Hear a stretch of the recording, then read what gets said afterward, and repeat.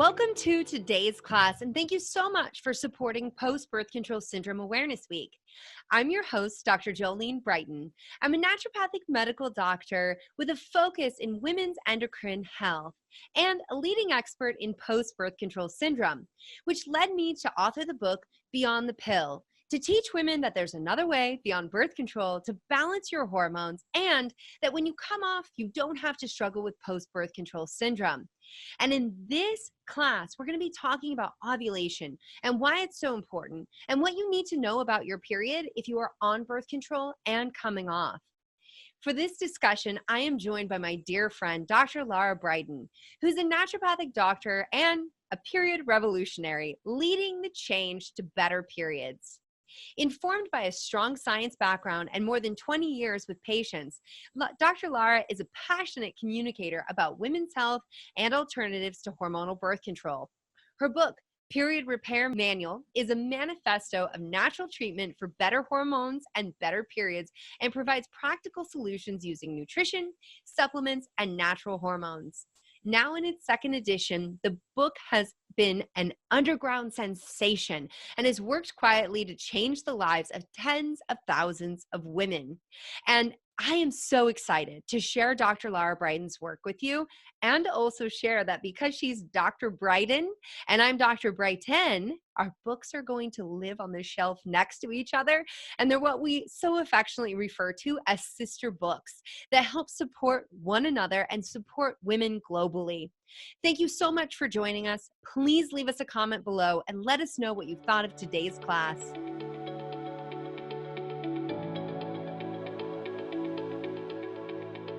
Hi, everyone, and welcome back. I'm Dr. Jolene Briden, and I'm so excited to be joined by my guest today, Dr. Lara Briden. Don't get us confused. Yeah. But Dr. Lara Briden is going to be discussing with us what it really means to be having a period while you're on hormonal birth control, what you want to know about ovulation, and why all that business matters. So thank you so much for joining me, for taking the time to share this information. Oh, thank you, Jolene. I'm delighted to be here with you today. Awesome. So the first thing that I would like to start with is really your story and how you got into women's medicine altogether, because I'm sure there's women watching and listening who are like, who is this Lara Briden? And would love to know more about your backstory. Sure. So like you, I trained as a naturopathic doctor. I graduated about 20 years ago, late 90s, and I started out in small town Canada, just in general practice, treating everything that came my way. But slowly, I was just treating more and more women. And I then moved to Sydney, Australia, where I really focused on women's health, dove into that starting about 15 years ago. And probably like you, I just came to realize that some of the things we have to offer, nutritional, herbal medicine, works so well for women's hormones, for periods, works way better than in what women could get from any other place. So it just built from that. And then about 3 years ago, I just thought, I'm going to share some of this awesome information with women in the world, and I released my book, Period Repair Manual. Yeah, which has been an instant hit. And, you know, it's a funny thing. I was actually it was carpooling with some women, and it came up and they were like, have you ever heard of this book, The Period Repair Manual? I'm like, of course. I know Lara really well. Yeah. And it's an excellent book. And within that book, you made some really bold statements. You gave some really great tools, and you really shed the light on some of these issues that women of, modern day women are faced with. And some of that, was surrounding hormonal birth control and, what it really means, what we're going to be talking about a pill bleed not being an actual real period. So, as we segue into that, for women who are not familiar with how a menstrual cycle works, because not all of us get taught that. I certainly didn't get taught that until medical school. Yeah, fair enough. Briefly explain, how does the menstrual cycle work, and how does that differ from a period when you're on hormonal birth control? This is the core of the matter. A menstrual cycle is all about ovulation. I'm trying to reclaim ovulation as the main event of the menstrual cycle. The period gets all the press, but really it's just kind of a sideshow at the end that would follow 2 weeks after an amazing event called ovulation, where we release an egg, and we could make a baby if we wanted to, but we may not want to or never want to. But ovulation is still important, because it's how we make our beneficial hormones, estradiol and progesterone. which are amazing steroid hormones that we make and that are very different than the steroid drugs, which are in hormonal birth control.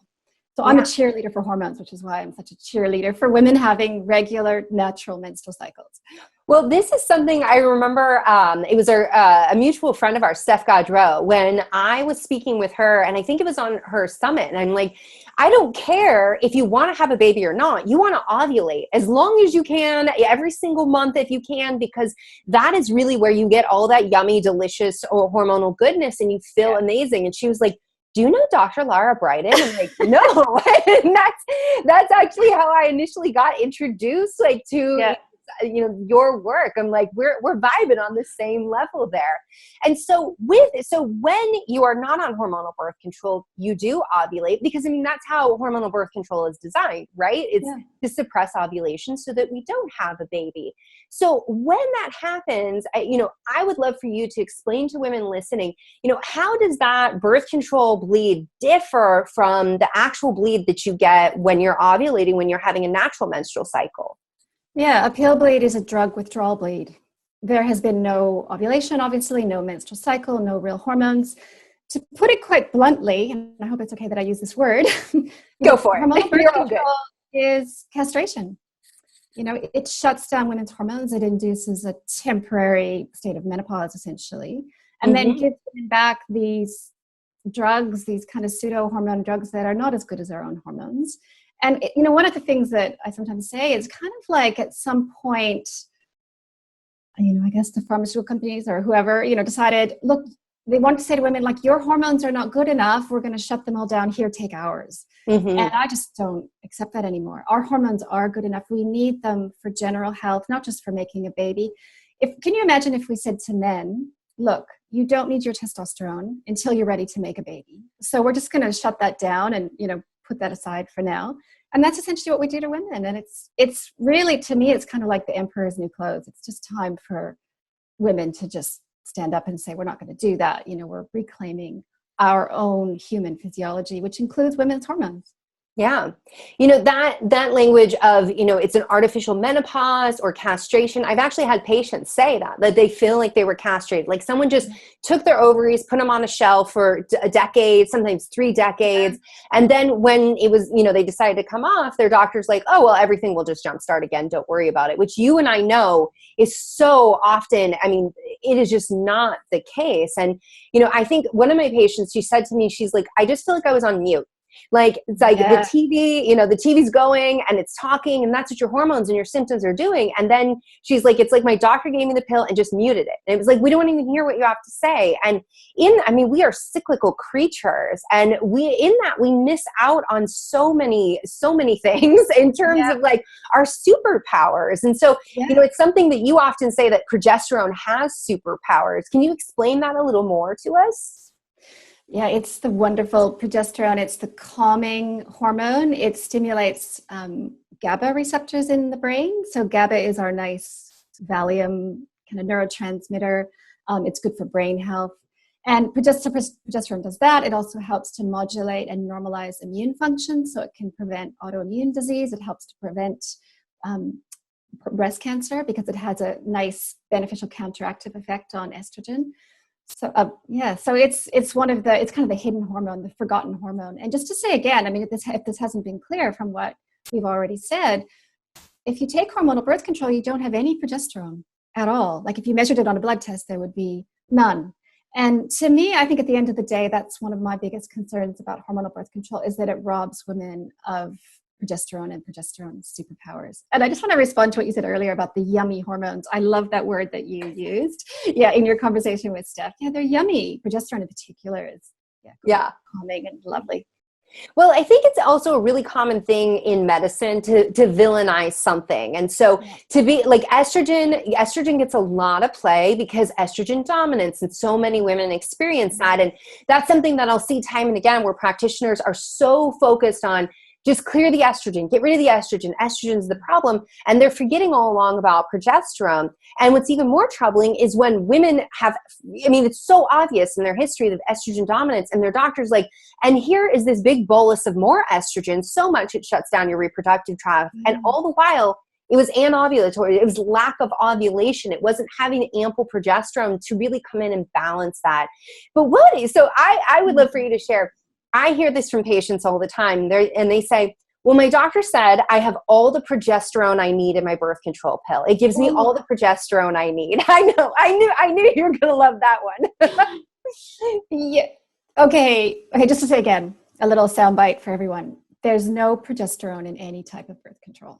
They contain drugs such as levonorgestrel and drospirenone and cipterone and some of these other drugs that are what are called progestins, but they're not the same as progesterone. When you look at the molecular structure, they're different. In fact, one of the main progestins, levonorgestrel, is more similar to testosterone than it is to progesterone. And so it doesn't have any of progesterone's nice impact on mood or brain or bone health. I forgot to mention how good progesterone is for bones. Actually, it's probably one of the main hormones that builds our bones. And instead, levonorgestrel is like testosterone. So that's why, wait for it, women develop hair loss on the pill. And it can take a few years for that to start, but that's the kind of thinning, long-term, difficult to reverse type of hair loss that you get with levonorgestrel birth control. And it's really distressing. Even just that alone should be a reason for women to, I think, question taking that drug. Yeah. And the thing about these progestins as well is that, so our natural progesterone, it is protective in so many ways, as you've highlighted. Yeah. But the other issue is that these synthetic progestins have been linked to things like increase in stroke risk and heart disease and all of these big, scary side effects that so often, again, estrogen's getting the play for, when in reality, it's that you're bastardizing progesterone in a sense, where you're taking it, you're making this synthetic molecule, and then you're passing it off as if it's the same thing, but it in no way acts like progesterone at all. Yeah. Well, it's not even made from progesterone. They start with testosterone or other things, to the precursors to make those drugs. And the other thing that progestins have a big impact on is mood. Mm-hmm. So there was a big study back at the end of 2016, that Danish study, which was such an important moment in women's health, where they tracked 1.1 million women over 13 years and discovered quite a clear link between hormonal birth control, I would argue it's the progestin, mm-hmm. and depression and anxiety. And that kind of links up with some other research where they've found that women on hormonal birth control have different brain structures compared to women who cycle naturally. And if you think about it, that makes total sense, because our brain is very much affected by steroid hormones. Both estradiol, that's our good main estrogen, and progesterone have beneficial effects on the brain. And progestins don't. I mean, just to be really just clear, progestins, none of them convert to a molecule called allopregnolone, which is the GABA kind of stimulating metabolite from progesterone. So it just seems so glaringly obvious that these drugs are going to affect mood.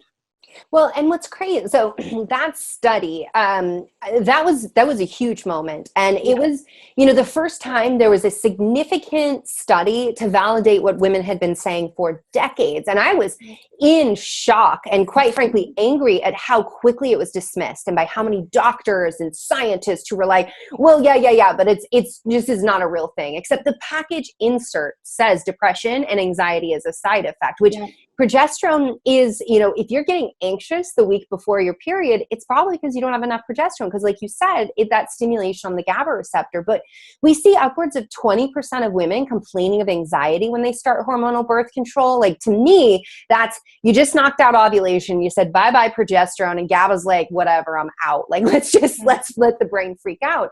But the other thing about that study is that they've gone further with that data, showing that it's not just about the pill. I think you're spot on about the progestin, because we're seeing the hormonal IUDs being very much impactful. And in addition to that, we're seeing teenage girls, they're at significant risk of suicide. So not just depression, but actual suicide within the first few months of beginning that. And I think it has a lot to do with what you're saying and changing the brain structure. Yeah. Did you know that the first pills that they tried back in the 1950s were progestin only? So kind of progestin only, kind of like the mini pill, or I guess, like the hormonal IUD is now, but it was a much bigger dose. And the mood symptoms were so intense, like the mood side effects were so intense in those early trials, that they put in estrogen to try to soften it. Because actually, even though it is a synthetic estrogen in the pill, it is going to be more of a mood enhancer then, well, it's a mood enhancer essentially, especially when there's the presence of something called progestin, which is a mood decreaser. So you kind of need those two to counterbalance. And I guess what you and I are saying to everyone is you don't need either of those drugs, really. You can make your own estrogen as a mood enhancer, and you can make your own progesterone as a mood calmer in the second half of your cycle. And just as you said, I think there's a lot of evidence that the PMS and PMDD, at least in part, is caused by a withdrawal from progesterone at the end of the cycle, kind of the way it drops off naturally. And so there are lots of natural techniques we can use to keep progesterone through to the end of the cycle and to smooth the symptoms of that fluctuation. Because, I mean, hormonal fluctuation is painted as this bad thing, this thing that gives us mood swings. But hormones are made to fluctuate. If you're going to make hormones, they're going to fluctuate. And so there's so many simple techniques, which you and I use to just, improve the body's resiliency and then therefore experience the power of those ups and downs of hormones. Mm-hmm. And, I think a lot of it comes down to this idea that we're supposed to be happy all the time as women. We're supposed to smile. We're supposed to have all the energy in the world. We're supposed to please everyone, serve everyone, make the food, go to work, do all the things. And that's just not the reality. Like, we have highs and we have lows. And personally, as a woman, I say all the time, I'm here because I want it all. I want to feel the lows. Yeah. I want to feel the highs. I want everything in between, because that is part of our human experience. And I think society we've lost a lot of giving ourselves permission to really meet our needs. Yeah, that's really good to bring that into it. Because one thing I'll just point out is men make hormones every day in this little spike in the morning, but it's pretty much the same every day. So for them, that's the normal, right? So for, the fact that women make hormones on a monthly cycle, we make this big surge of hormones in the middle of the cycle, and then we have lower hormones at the end of the cycle. I like to try to reframe that and say that's the norm. It's normal for hormones to go up and down for a human being. That's how the human body works. Men are a little bit different because they have this quirky, daily surge of hormones, but, we have the advantage of the monthly cycle, which also can give us some interesting insights into our body. One of the key messages of my book, Period Repair Manual, is that our period is our monthly report card. It's a little window into health. It's a barometer into health. So the way we respond to that natural ups and downs of hormones every month lets us check in with how we're doing. And you could also say that, in a way, I feel sorry for men that they don't have that, monthly barometer to check in how they're doing. Totally. And that's something that I love, that you always say that women are not small men. Like, just stop with making these inferences that are based on male studies and then say, calling it good for women.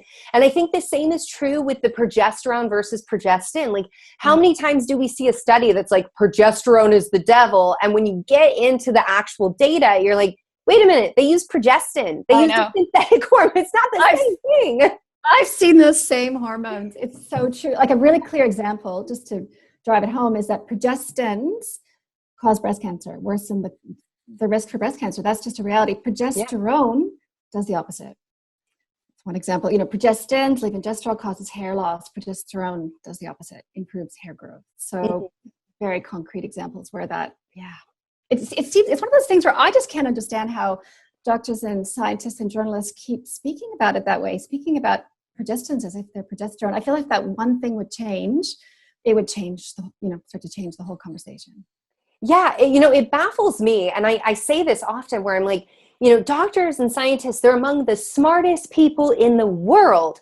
Yet the myths, the dogma that they've come to believe about women's hormones and about hormonal birth control is astounding to me. And to me, I'm like, that is some seriously good marketing if you've taken the smartest people in the world and swindled them into believing that progestin is the exact same thing as progesterone, that women don't need menstrual cycles. They don't need to ovulate. Like, that's just a nice, like, put it off to the side kind of event.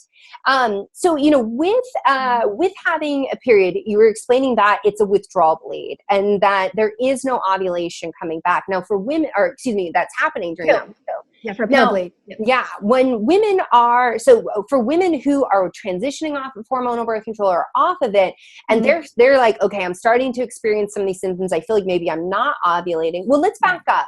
What are some signs of ovulation that women can look for to know if they're ovulating?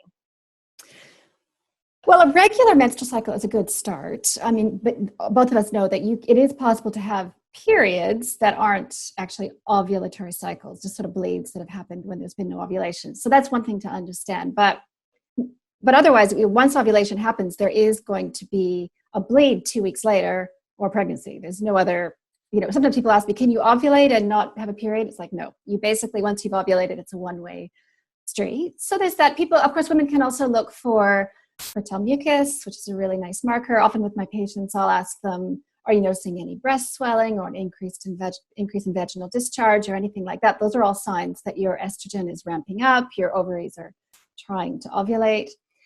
And I just want to say again, it's, often patients will say, I came off the pill and my period stopped. So what Jolene and I are saying is that's not really an accurate way to think about it, because those pill bleeds weren't periods. So the last time you had a period was maybe 10 or 15 years ago before you went on the pill. So my questions to my patients are, what were your periods like back then, back when you were 15, before you started the pill? And that's going to give us some insight into what's going to happen when you come off the pill, how easily it will be for you to start ovulating.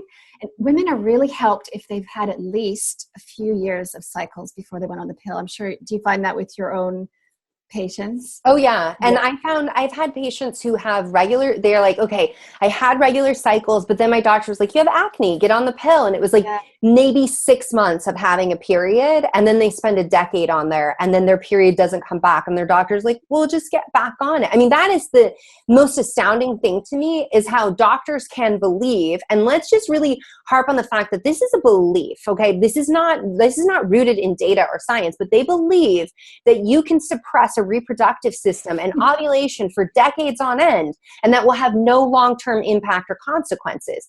That is astounding to me, especially when you interrupt a young woman whose brain just figured out how to talk to her ovaries in the first place.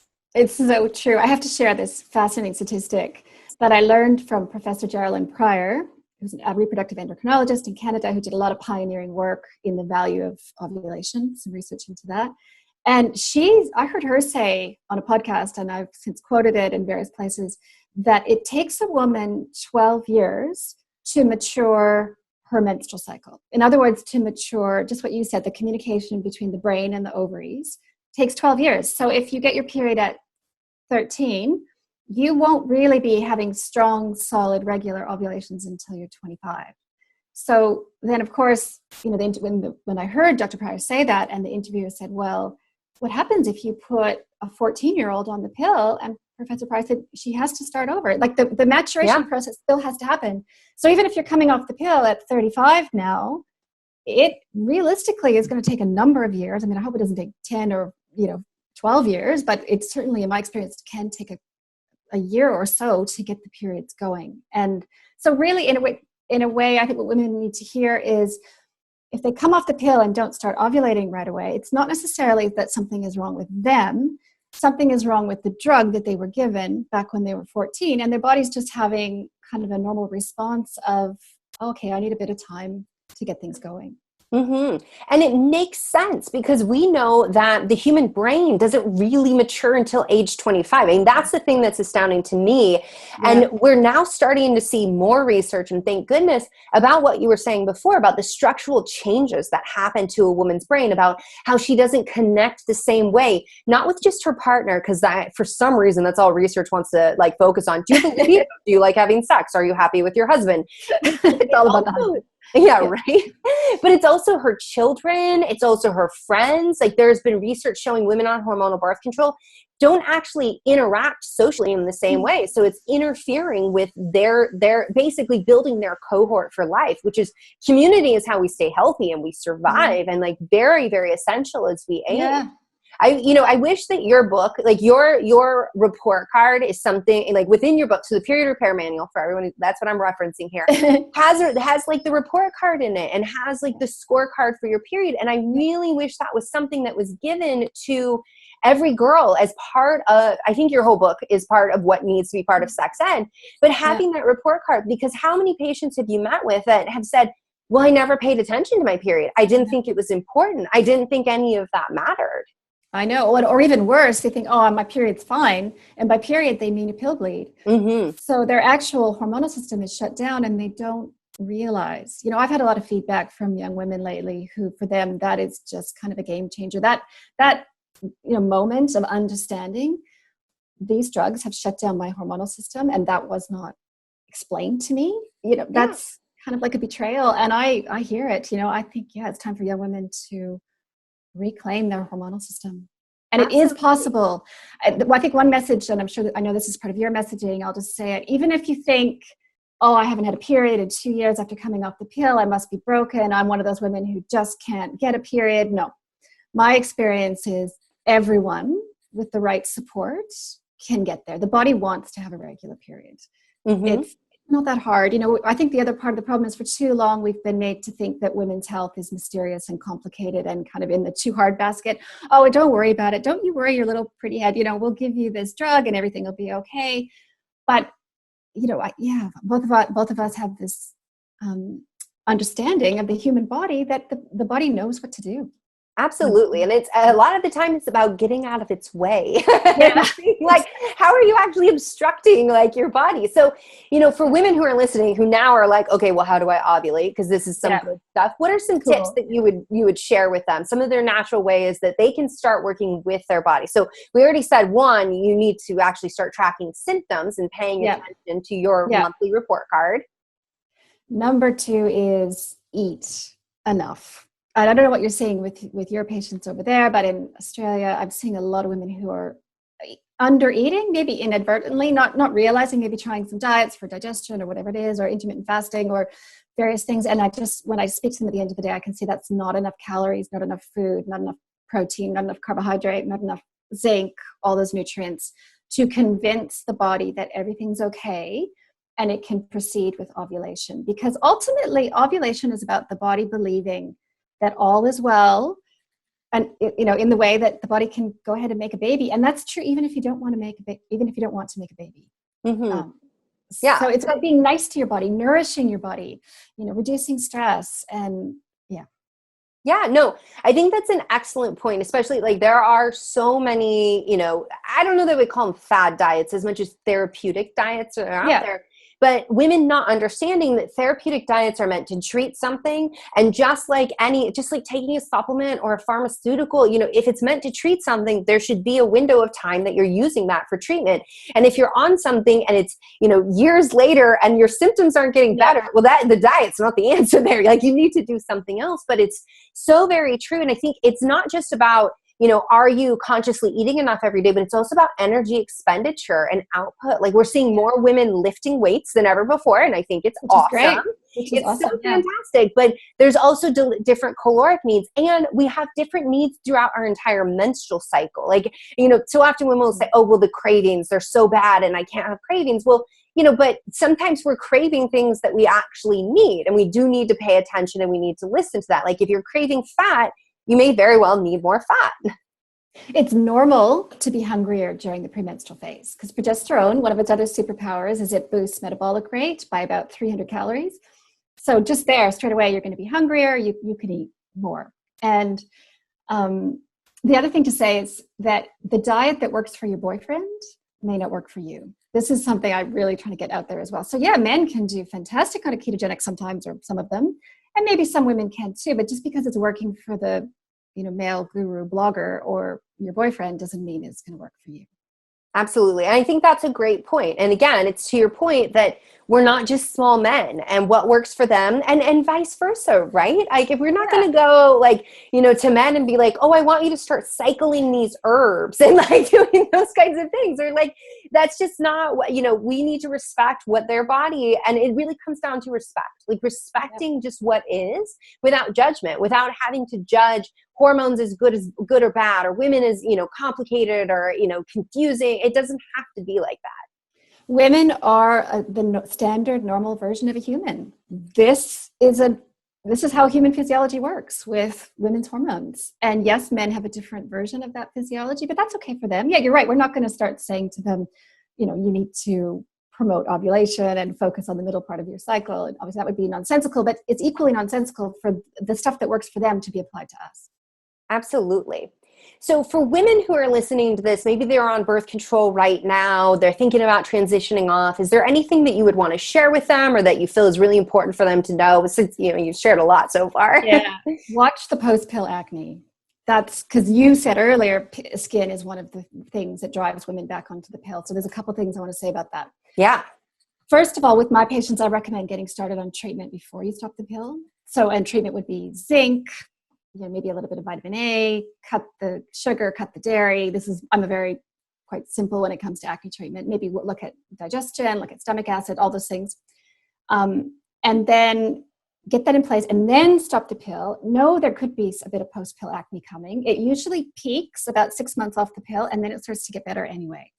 And even that piece of information can be really encouraging for women because otherwise they don't know. It's ramping up and up and up and they're thinking it's just going to keep getting worse. I have no choice but to go back on. And that kind of post-pill acne is particularly likely to happen after stopping drospirenone, which is the progestin that's an anti-androgen. You naturally get this surge in male hormones, this surge in skin oils. It's a withdrawal from the drug. It doesn't mean that, your acne is really that bad, even if you had breakouts before. And actually during that time, that's a dangerous time to come when you're trying to come off drospirenone, which is Yasmin and Yaz, that type of birth control. Because of that surge in androgens and the lack of ovulation to start with, it's a really tricky time because you can end up with a diagnosis of PCOS, polycystic ovarian syndrome, which you may not deserve. So PCOS is an interesting topic. We won't go all the way into it here today, but I'll just say for various reasons, there are a lot of women out there that have been told that they have PCOS when they don't. And part of it is this post-pill situation, post-pill PCOS, and part of it is the fact that doctors are mistakenly diagnosing PCOS with ultrasound, which cannot be done. I mean, you could be in a situation of not having your periods because you're under-eating. That's the main reason. And yet your ultrasound shows polycystic ovaries. And so the doctor kind of gives you this wrong advice. I really want to get that message out there because you probably see a lot with your patients as well, women in that.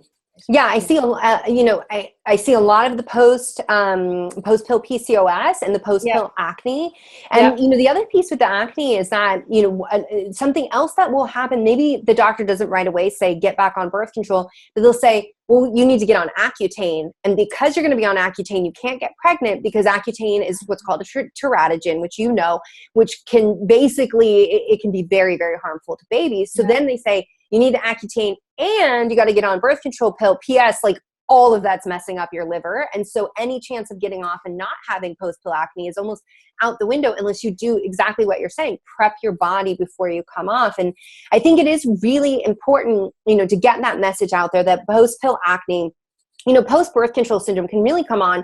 I've seen it come on within weeks of stopping, and I've seen it come on even 8 to 12 months later. So, as you say, it's the average of 6 months. So understand, if you're listening to this, that's the average. But there's so much, and, we're going to have more talks on this, so many natural ways to treat the skin. And, like you said, getting off dairy is something that I see. Cow's milk is almost universally a trigger for acne for women who are struggling with that.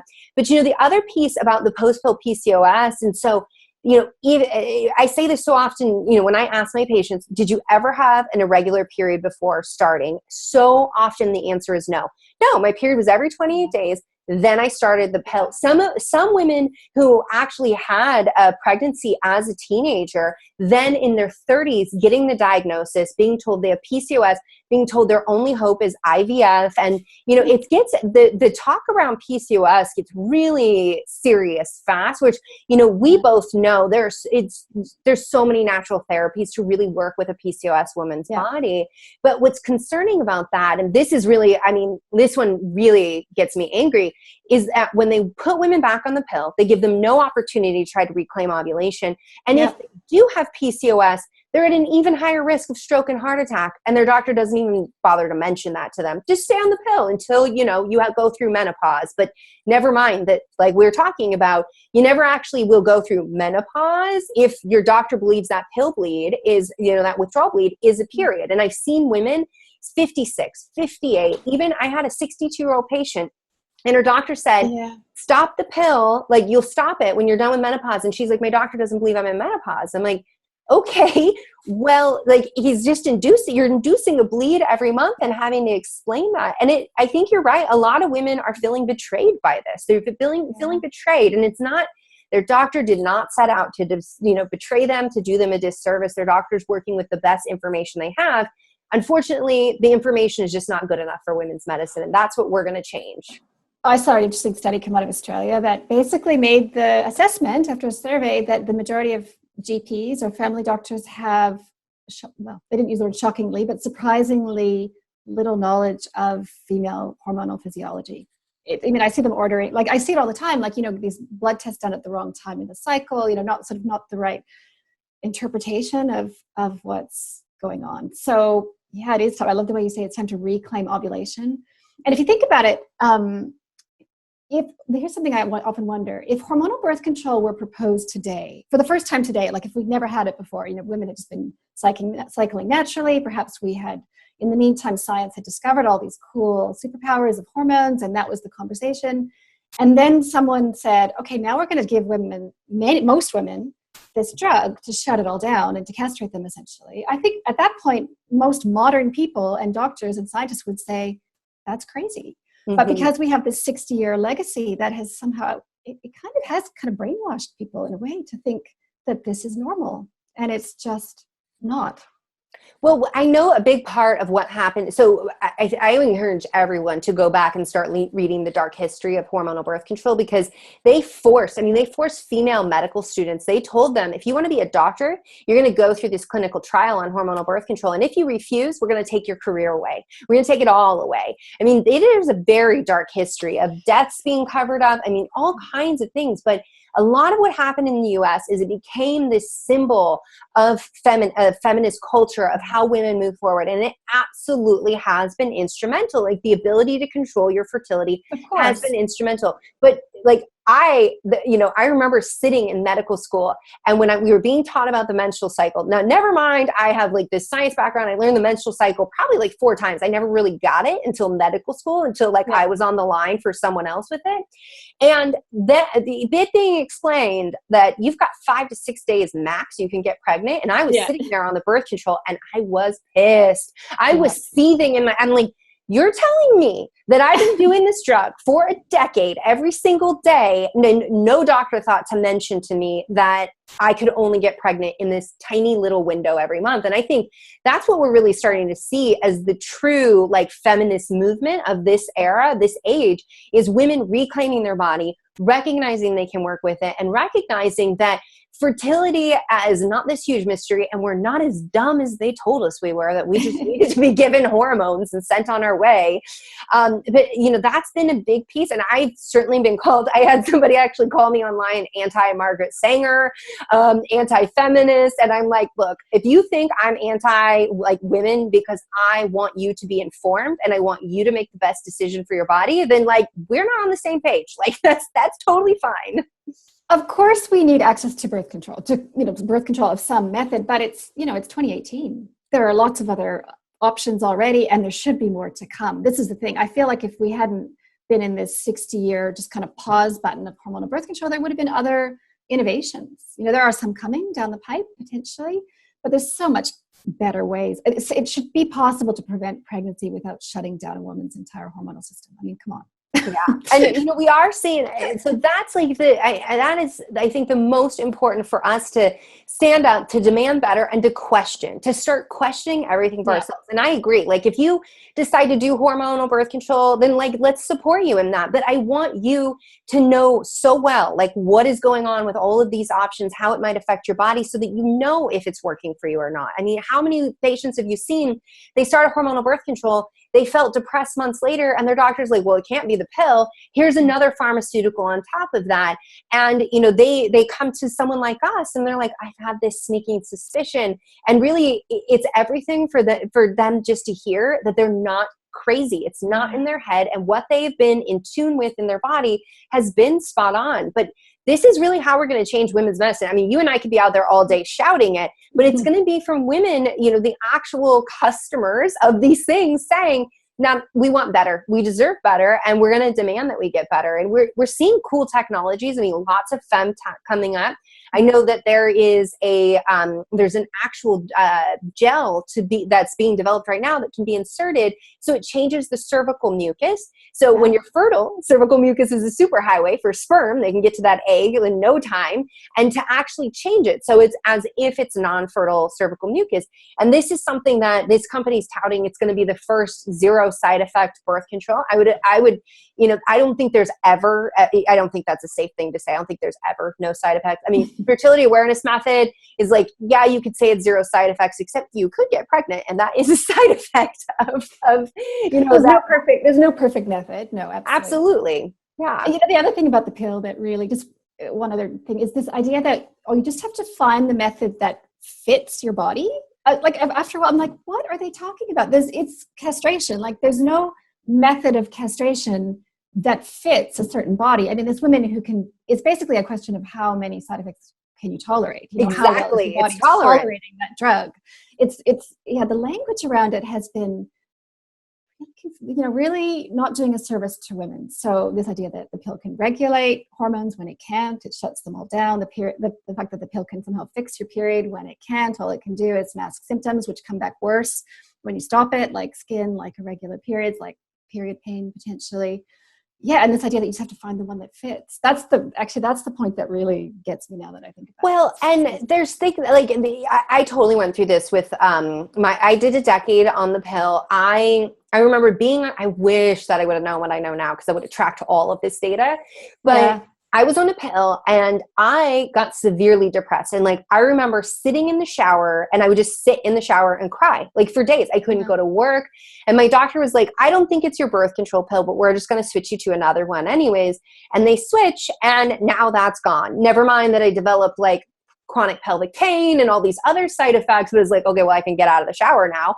But it was something that my doctor wouldn't even acknowledge that was a possibility. And he was like, we'll just switch you to a new one. And then when I was like, I think there's something here, he's like, no, that's not a thing. And here I am, I'm 19. I'm like, okay, maybe I'm just a broken person who cries and then you can't function. And like, it's very damaging to women when we tell them your problem is that you don't fit the pharmaceutical. No, your body's rejecting that pharmaceutical. I mean, what are these side effects and symptoms? It's really a revolt by your body saying, we don't think this is the best thing for us. Can we please do something about it? And that's the language that really has to change for women, is that your body's never betraying you. Like, why would your body do that? It wants to survive. It wants to live. It's all it really wants. And then to make babies, but you don't have to do that.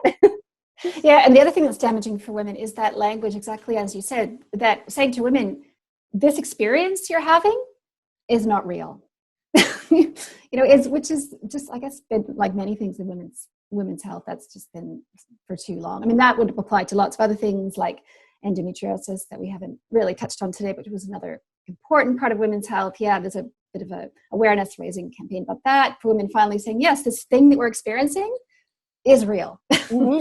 Well, and I'm loving that, because so PCOS and endometriosis women, they get prescribed hormonal birth control at very, very high rates. And with endometriosis, I have had so many patients who come to me because they're like, I'm ready to get off the pill, but I have severe, pelvic pain, and they're going through all this. I'm like, well, have you ever been like evaluated for endometriosis? And they're like, no, you're the first doctor to ever say that to me. I'm like, you're over 35, and for your entire reproductive life, we're talking over 20 years, because women on endometriosis don't necessarily get symptom relief. And that's the one that breaks my heart, is that they're on the pill because their periods are painful. So their doctor's like, let's just suppress that. Now they're still in pain. So now they're being given narcotics. And there's so many root cause ways to really address endometriosis and to do that successfully. But it is a huge disservice, especially now.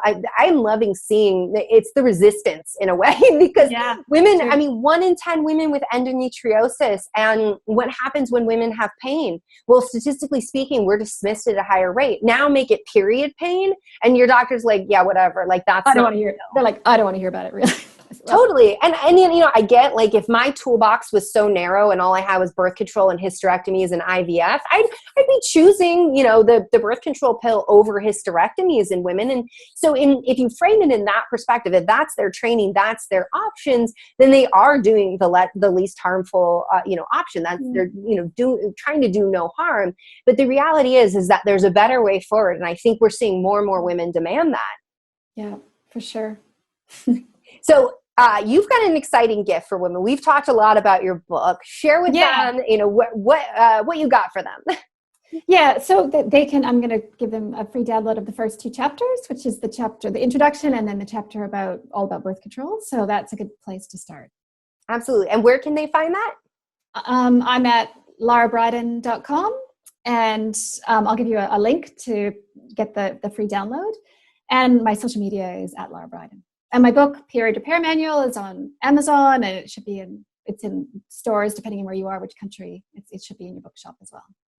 Yeah, and it's in the US, correct? On the bookshelves now? Woo! Coming, yeah. So we will link to that. We'll link to your free gift, and we'll also link to your book. Because like I said, if you're a woman, you should have this book. You should know your body better than your doctor knows your body, because you live in it every single day. Yeah, absolutely. Well, thank you so much for taking the time to chat with us. This has been such a treat. You are always a wealth of knowledge. And, I am super excited for what we are building, what we are co-creating in women's medicine, and the change that we're about to see. Absolutely. I love what you're doing, Jolene. Thanks so much for the conversation.